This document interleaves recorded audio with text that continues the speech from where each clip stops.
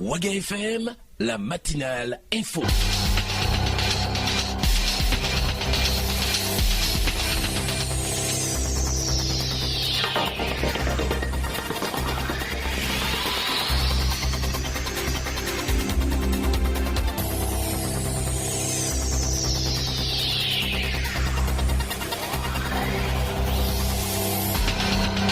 Bonjour à toutes et à tous, bienvenue. Mesdames, Messieurs, vous êtes au journal de Waga FM, voici la une.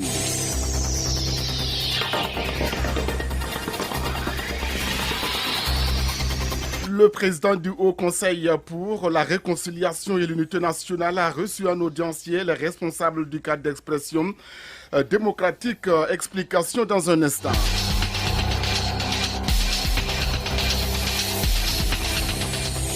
Hier, 21 septembre 2016, journée internationale de la paix et l'association unique des anciens combattants du Burkina Faso. Eh bien, cette association a marché pour la paix au Burkina Faso. Vous aurez les détails dans quelques minutes.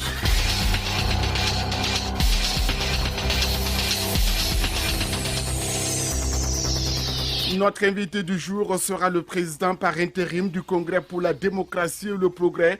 Congrès du CDP annulé, incarcération de l'ancien Premier ministre Luc Adolphe Thiawo, autant de sujets abordés dans l'entretien que vous écouterez en toute fin d'édition.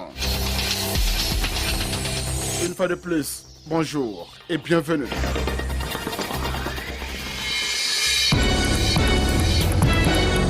Salif Kaboré à la présentation et à l'entrée à la faveur de la journée du 21 septembre, journée internationale de la paix. L'Association unique des anciens combattants, anciens militaires, veuves, orphelins et aussi victimes de guerre du Burkina Faso. Eh bien, cette association a organisé une série d'activités hier mercredi à la place de la Nation. L'association a procédé donc dans un premier temps à une marche mondiale en faveur de la paix, puis dans un second temps au dépôt de gerbes de fleurs en mémoire des anciens combattants tombés au front. Explication avec Aimé Sawadgo, c'est dans un commentaire de Arsène Konditamde.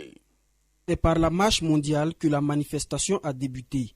Une marche placée sous le thème paix et solidarité entre les générations. À travers cette marche, l'Association unique des anciens combattants, anciens militaires, veuves, orphelins et victimes de guerre entend contribuer au maintien de la paix dans le monde. Puis, s'en est suivi la deuxième cérémonie relative à la commémoration du 70e anniversaire de l'association. Pengrenoma Zagré, chef d'état-major général des armées, évoque le symbole de cette journée. Voilà, ce matin, nous avons en fait assisté à deux cérémonies. La première, il s'agit de la journée internationale de la paix à l'initiative de l'Organisation des Nations Unies, qui est célébrée chaque année à travers le monde le 21 septembre. Et l'Association unique des anciens combattants, anciens militaires, victimes, orphelins et veuves ont décidé, en collaboration avec les Nations Unies, de célébrer cette journée mondiale pour la paix. La seconde cérémonie a été celle commémorative donc, du 70e anniversaire de la création de l'Union nationale des anciens combattants, et ce qui a donné le titre surtout de pour les jeunes, en mémoire en tout cas de tous ceux-là qui, sur divers théâtres, ont payé de leur vie et le prix pour la paix dans le monde. Metsi Maketa, coordinatrice résidente du système des Nations Unies au Burkina, salue cette initiative. Féliciter les organisateurs. Féliciter parce que les organisateurs ont bien voulu participer, à l'instar du monde entier, à dire que la paix, c'est de notre responsabilité. Pour le Burkina Faso, ils ont voulu s'associer à cette journée dans le cadre aussi de la journée internationale de la paix. Journée qui dit que le comportement de la paix, c'est à nous tous de le promouvoir. Journée qui nous rappelle que la paix et le développement sont indivisibles. Cette manifestation, la première du genre au Burkina Faso, a connu la participation du parrain Lularlé Naba Tigré. Merci Arsène Konditamde. Le syndicat autonome des contrôleurs et inspecteurs du travail observe une grève depuis le lundi dernier. Les syndicalistes revendiquent l'adoption du statut de leur corps. Une rencontre est prévue ce jeudi même avec le ministre de la fonction publique. Mais avant cela, voyons les détails avec Gérard Sano. Cas autonome des contrôleurs et inspecteurs du travail observe une grève et pour cause, la plateforme minimale soumise au ministre de la fonction publique, du travail et de la sécurité sociale Clément Savadogo n'a pas été analysée comme il l'aurait souhaité. C'est ce que nous explique ici le secrétaire général du SYNACIT, Amidou Belem. Nous estimons que les propositions faites par le ministre ne sont pas convaincantes. Premièrement, sur la question du statut des inspecteurs et contrôleurs du travail, la question qui se pose actuellement, c'est pas qu'on met en cause le principe du statut, mais le problème qui se pose, est-ce qu'il faut faire le statut par une loi ou bien il faut prendre le statut par un décret conformément à la loi 81 et régissant les agents publics. Et sur la question des prestations en nature, et la question n'a pas été très abordée parce que cette question trouvera peut-être sa solution dans la question du statut. Si le statut est adopté, cette question pourrait être inclue. Mais comme la question du statut n'a pas été tranchée, voici pourquoi cette question reste toujours d'actualité. La première rencontre avec le ministre n'ayant pas porté fruit, il y a une deuxième prévue ce jeudi 22 septembre 2016. À l'issue de celle-ci, si un compromis n'est pas trouvé, le secrétaire général du SYNACIT ajoute qu'un préavis est déposé pour qu'une grève soit observée jusqu'en fin septembre. Rappelons que c'est en début du mois d'août que le syndicat autonome des contrôleurs et inspecteurs du travail a déposé un préavis de plusieurs grèves. La raison fondamentale reste l'adoption du statut de leur corps. Merci beaucoup Gérard Sano. À l'appel de leur syndicat, les agents de l'Office national des télécommunications du Burkina observent depuis le 20 septembre un sit-in. Ils exigent de leur direction de meilleures conditions de vie et de travail et surtout de la considération dans les négociations engagées entre l'administration et les représentants du personnel sur les points de leur plateforme revendicative alors que le directeur général de l'ONATEL, lui, est actuellement en mission. Nous y reviendrons sur cette actualité.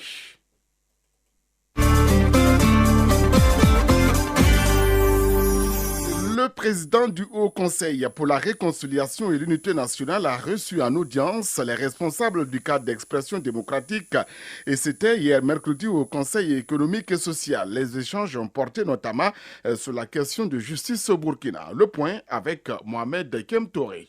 45 minutes d'échange entre Benoît Kambou, président du Haut Conseil pour la réconciliation et l'unité nationale HCRUM, et les responsables du cadre d'expression démocratique CED. Le coordinateur national du CED fait le rapport de la rencontre. Pascal Zaïda. Nous avons dit au président, comme nous l'avons dit lors de notre conférence de presse, nous avons besoin, d'abord il faut qu'il y ait la justice sur les questions judiciaires. Ensuite, il faut que la classe politique se parle. Ensuite, il faut que la population de façon globale, parce que vous voyez la société civile, chacun est dans son coin, chacun tire sur l'autre. Il faut que tous ces acteurs se parlent. Il faut que les acteurs se parlent pour qu'il y ait réconciliation selon Pascal Zaïda, mais avant cela, il faudra d'abord que la justice se manifeste, ajoute-t-il. Si, il faut que la justice se manifeste d'abord, parce que la réconciliation passe d'abord par la justice. Il faut une manifestation de la vérité sur effectivement ce que le citoyen attend. Mais nous savons aussi qu'il y a des gens qu'on a brimés sur la base de leur opinion politique, garantie par la Constitution. Il faut aussi reconnaître qu'à un moment donné, on a fait du tort à des gens. La manifestation de la justice, ensuite on se parle et on passe sur un nouveau contrat social. C'est ça qui est l'objectif visé. Nous avons même parlé avec le président, la question du coup d'État manqué, c'est une question d'État. Aujourd'hui, qu'est-ce qui empêche de juger le général Guinguéré afin que nous sachions ce qu'il y a? C'est donc les dossiers sont vides. Pourquoi vous les gardez en prison? Aucun juge ne peut nous dire que votre opinion qui est garantie par la Constitution doit vous mettre en tout cas au tôle. Voilà. Au lieu que le pouvoir en place avance dans les tiraillements, il gagnera plus en réglant les questions de justice, souligne le coordinateur national du CED. Un compte rendu signé Mohamed Kemtouré.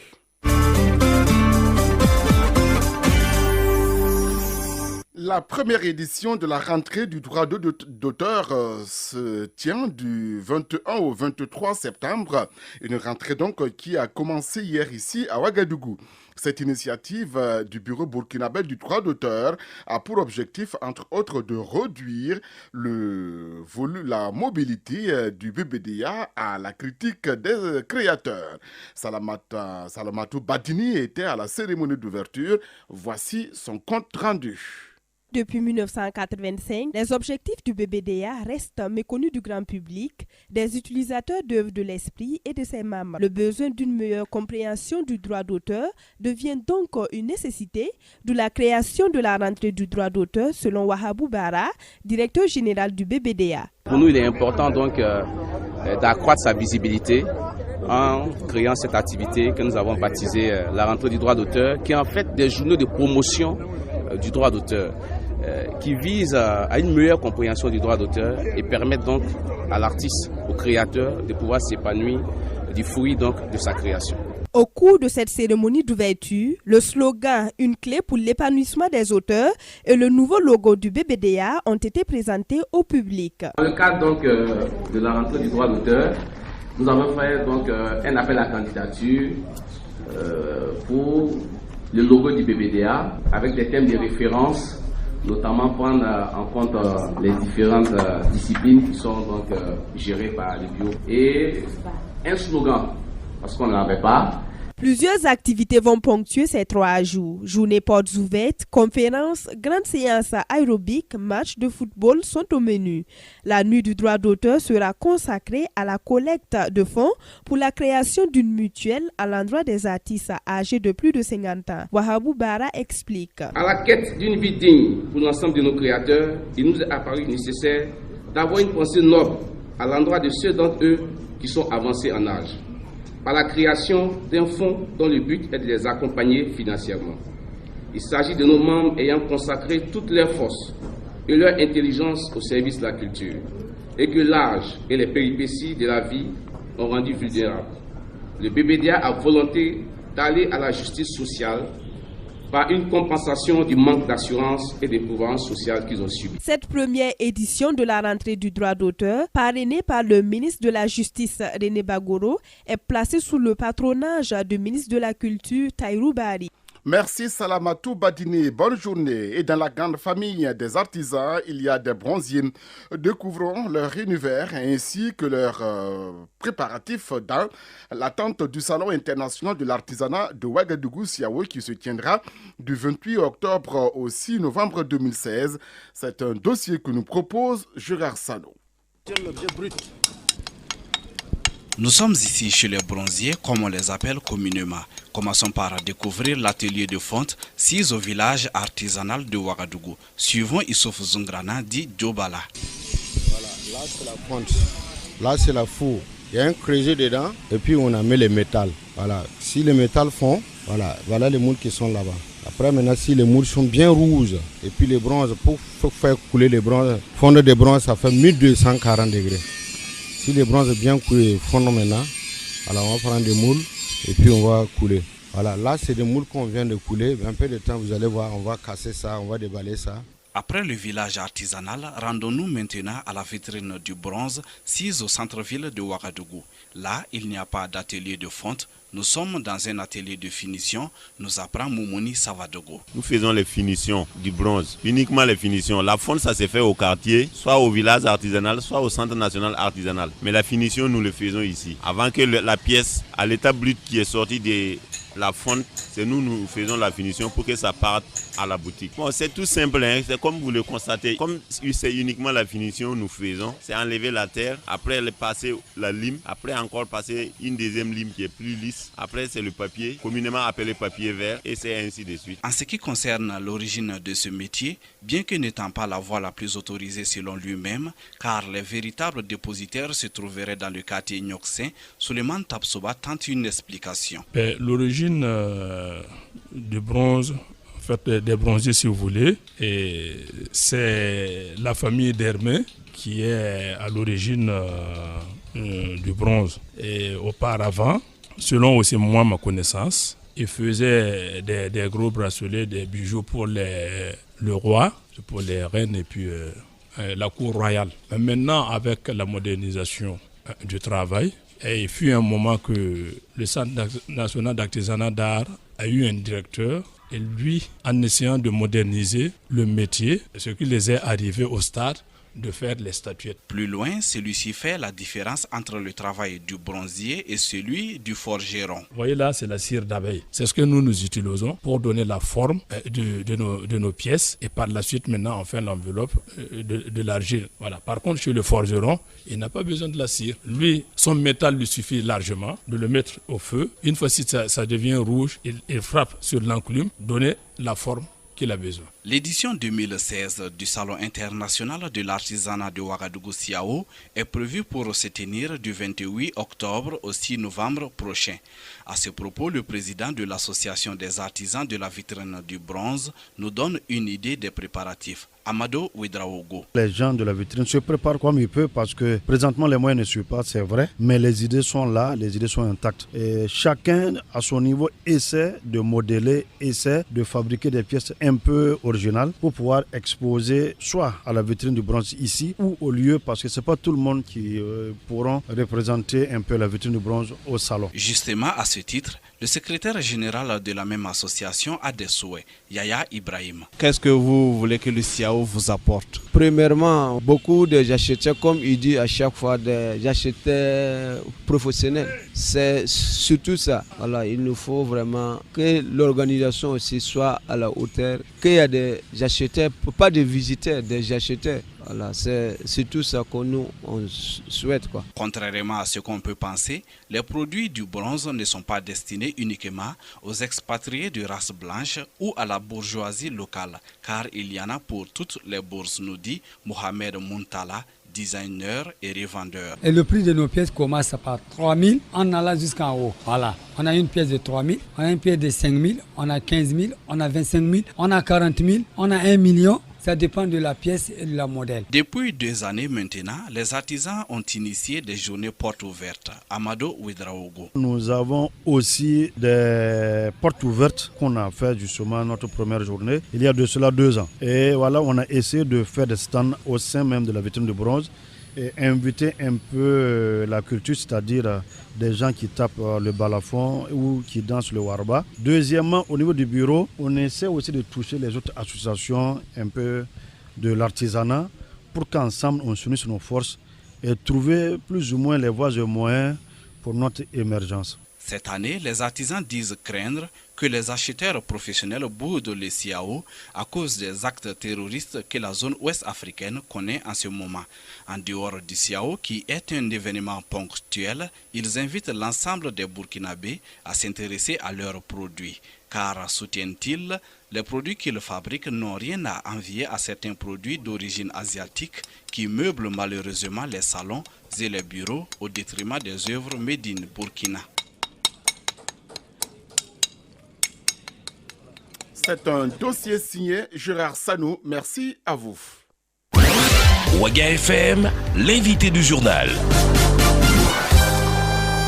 7h17 ici à Radio Ouaga FM et l'invité du jour est le président par intérim du Congrès pour la démocratie et le progrès, Achille Tapsoba. Dans l'entretien qu'il a bien voulu nous accorder par téléphone, Achille Tapsoba évoque des sujets, notamment l'incarcération de l'ancien Premier ministre Luc Adolphe Thiawo, mais aussi le report du Congrès du CDP qui était prévu pour cette semaine. Achille Tapsoba que je vous invite à écouter.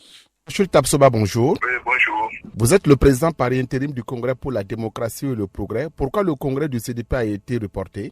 Selon le communiqué que nous avons publié relatif au report de ce congrès, nous devons d'abord rappeler le contexte dans lequel ce congrès devrait se tenir, qui est un contexte très difficile pour notre parti, pour ses cadres, pour ses militants. Dans la mesure, comme nous l'avons dit il y a de cela quelques semaines, on a l'impression qu'à l'annonce de notre congrès, les boucliers encore se sont levés pour s'acharner sur nos cadres en se transférant sur le plan judiciaire, donc dans le domaine judiciaire, mais les effets sont les mêmes. Savoir que cela crée un sentiment d'instabilité. Semble de vrai à une volonté de semer la psychose au niveau donc de notre parti. Cela aussi dénote d'un certain regain de volonté manifeste d'en découdre avec le CDP. Mais comme nous l'avons dit également, s'il s'agit de simples questions judiciaires qui se gèrent dans le cadre purement judiciaire, nous n'avons aucune objection. Mais c'est la coïncidence qui est assez stupéfiante entre la reconvocation des cadres du parti, les anciens membres du gouvernement, les jeunes responsables des jeunes du parti, et Dieu sait encore ce qui va se passer. Alors, donc, nous disons pour cette raison que dans une telle ambiance, et par solidarité pour ceux qui sont inquiétés, ceux qui sont l'objet d'un harcèlement judiciaire, ceux qui sont encore embastillés et ceux qui sont en exil, même ceux qui sont en liberté provisoire, par solidarité pour ces camarades dont la liste s'allonge, nous avons estimé qu'on ne pouvait pas tenir un congrès, mais qu'il fallait plutôt manifester cette solidarité-là et attendre l'évolution de la situation nationale et du contexte dans lequel nous pouvons donc reprogrammer ce congrès. C'est dit que le congrès n'est pas annulé, mais il est simplement reporté sine die. Est-ce que donc, nous procédons à l'analyse de l'évolution de la situation et en fonction donc de l'évolution de la situation sur ces différents plans dont je viens de parler, nous reprogrammerons notre congrès extraordinaire. Est-ce que ce congrès aura finalement lieu dans un bref délai? Non, j'ai dit que c'est sine die, donc je ne peux pas dire bref délai, long délai, court délai, non. C'est sine die, ce qui veut dire que nous devons exactement, au moment où il faudra, reprogrammer le congrès et saisir donc par voie de presse, par voie de communiqué, l'opinion pour l'informer de la reprise de ce congrès. D'autres estiment également que vous êtes confronté à des difficultés financières. Mais ça, c'est je veux dire que c'est un secret de polichinelle. Difficultés financières, ça c'est évident. Il vous souvient que lors de la campagne pour les élections législatives, nous avons abordé la campagne avec des comptes gelés. Voilà, ça c'est déjà du vécu. Les difficultés financières, c'est normal, nous en avons. Et en face de ces difficultés, nous nous battons pour réaliser nos activités. Ce n'est pas pour autant que les difficultés financières sont un obstacle infranchissable pour notre parti et pour aller vers une activité importante comme les instances nationales. Non, malgré les difficultés financières, nous sommes allés aux élections législatives, nous avons remporté des sièges. Malgré les mêmes difficultés financières, nous sommes allés aux élections municipales, nous avons remporté des sièges. Est-ce que vous avez pu rencontrer l'ancien Premier ministre Luc Adolphe Thiaw qui a été arrêté? Non, nous n'avons pas rencontré l'ancien Premier ministre, mais nous sommes au courant des conditions dans lesquelles il est détenu et nous estimons que ces conditions sont purement et simplement inadmissibles. Vous savez, M.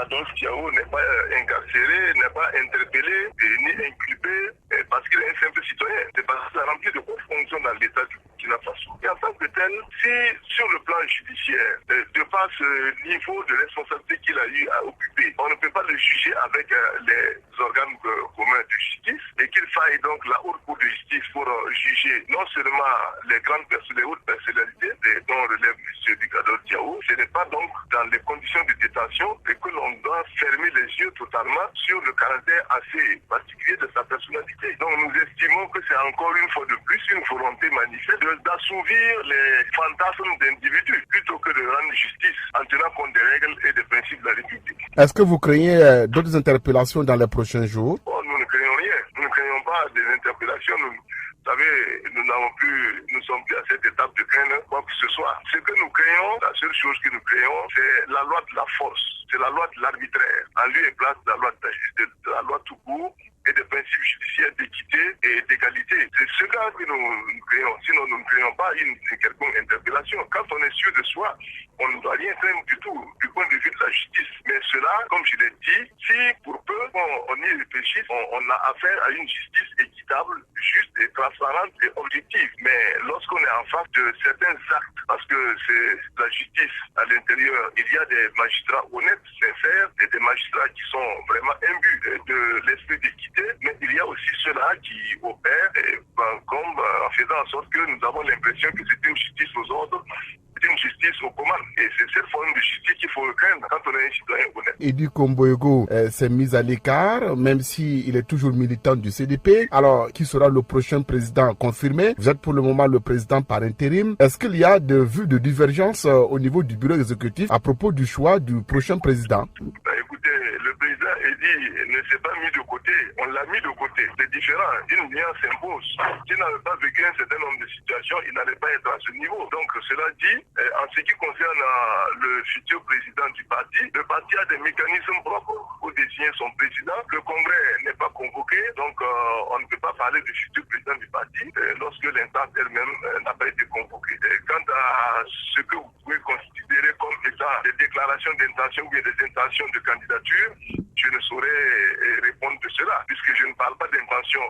J'opère avec des choses claires et objectives. Je ne saurais donc disserter sur les intentions des uns et des autres. Ce qui est sûr, pour tout parti normal, de mon point de vue, lorsqu'on lance une compétition pour occuper le premier poste dans un parti politique, il y a bien sûr un regain d'ambition. Et c'est signe plutôt de vitalité du parti. Quand à l'intérieur du parti, on a des personnalités qui ambitionnent de briguer la tête du parti. Et ça, c'est normal. Et à tous les congrès que nous avons eus, il y a toujours eu ce genre de supputations sur les éventuels candidats au poste de président du parti. Donc, j'estime que pour les autres partis également, c'est à peu près la même chose. Mais en ce qui nous concerne, nous n'avons pas cette méthode d'appel à candidature avec campagne électorale soutenue. Donc, nous avons des mécanismes internes qui s'appuient sur le consensus pour gérer les candidatures multiples. Monsieur Achille Tapsoba, merci d'avoir répondu à nos questions. Je vous en prie. Merci bien. À l'instant, notre invité est le président par intérim du Congrès pour la démocratie et le progrès, Achille Tapsoba. GFM, la matinale info. Merci à toutes et à tous de nous avoir suivis. 7h25 à Waga FM. Dans quelques instants, la revue de presse. À la demi, vous aurez la pause commerciale à 45 Presidential Time à 8h. Ce sera un autre point de l'actualité. Bonne journée et bienvenue.